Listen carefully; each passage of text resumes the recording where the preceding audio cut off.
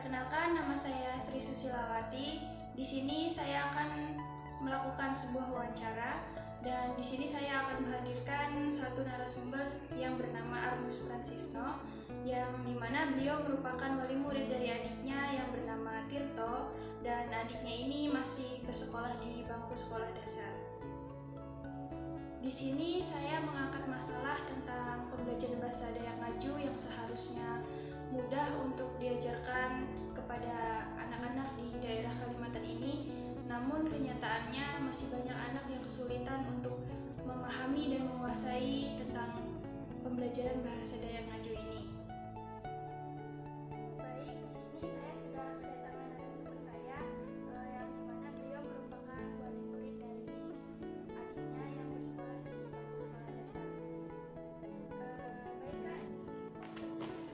Baik, untuk pembelajaran mata pelajaran bahasa Dayak Ngaju di sekolah adik kakak ini dilakukan di jam berapa di sekolahnya? Jam 8 pagi. Oke, jam 8 pagi ya, sangat pagi sekali. Kemudian yang kedua, apakah setelah belajar pelajaran bahasa Dayak Ngaju ini, adik kakak itu terlihat mendalami bahasa-bahasa Dayak tersebut, kemudian dia terlihat menggunakan bahasa Dayak tersebut untuk berkomunikasi dengan selain dari keluarga atau dengan temannya? Ya. Iya. Adik saya itu orangnya selalu menggunakan bahasa Dayak, terutama bahasa Katingan. Karena kami juga dari suku Katingan, salah satu suku Dayak Ngaju yang diutamakan adalah kami itu menggunakan bahasa Katingan Tengah, yang dimana kami menggunakan bahasa ini dalam percakapan sehari-hari. Untuk penggunaan bahasa Dayak Ngaju itu sendiri, kami juga bisa menggunakannya. Dan kadang-kadang kalau adik saya menggunakan bahasa Dayak Ngaju itu atau Kahayan, dia bercakap dengan temannya yang dari orang Ngaju atau dari orang Kahayan sendiri. Ya. Oke, baik.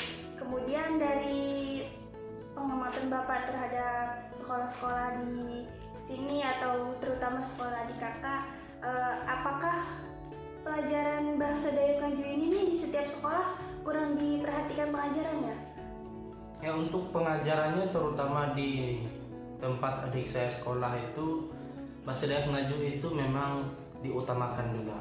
Karena dari segi pembelajaran bahasa Dayak Ngaju itu sangat penting untuk meningkatkan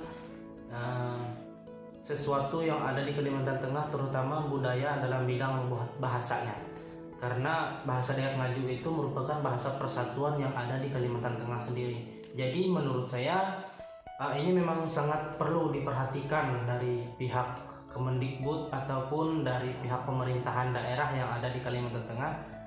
Itu sangat penting bagi kita untuk meningkatkan mata pelajaran yang ada mencakup atau mengkaitkannya dengan suku Dayak Ngaju sendiri.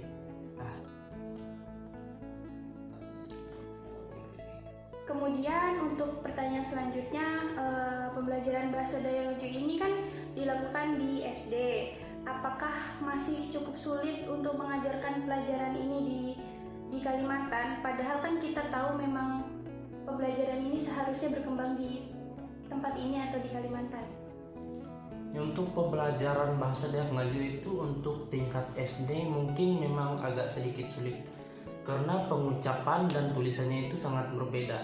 Dari yang kata O itu dibaca U, seperti kata Oloh itu dibacanya Uluh. Jadi sangat sulit, karena bahasa Dayak Ngaju itu seperti bahasa yang ada di Pulau Jawa atau bahasa Indonesia, ada yang baku dan tidak baku. Bahasa Dayak Ngaju itu bahasa pemersatuan yang dimana bahasa kasarnya itu seperti Kahayan. Kalau bahasa yang memang ngajunya itu dia menggunakan bahasa yang paling halus. Contohnya kayak itu kue ekam melai.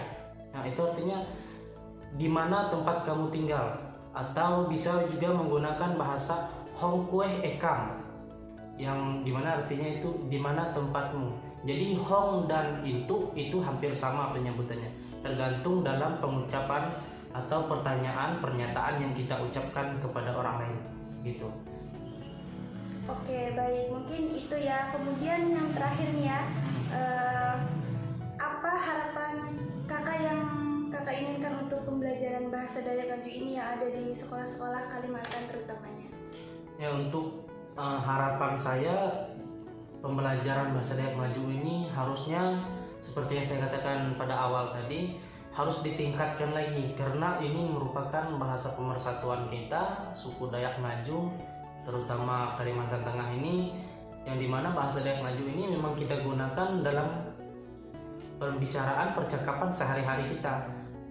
Contoh seperti orang Katingan atau orang Barito ke Palangkaraya, tidak mungkin kita menggunakan bahasa Banjar. Mungkin bisa kita menggunakan bahasa Banjar atau bahasa Indonesia, tapi bahasa pemersatu kita yaitu bahasa Dayak Ngaju tadi. Pasti kita menggunakan percakapan itu memakai bahasa Dayak Ngaju, terutama Kahayannya tadi.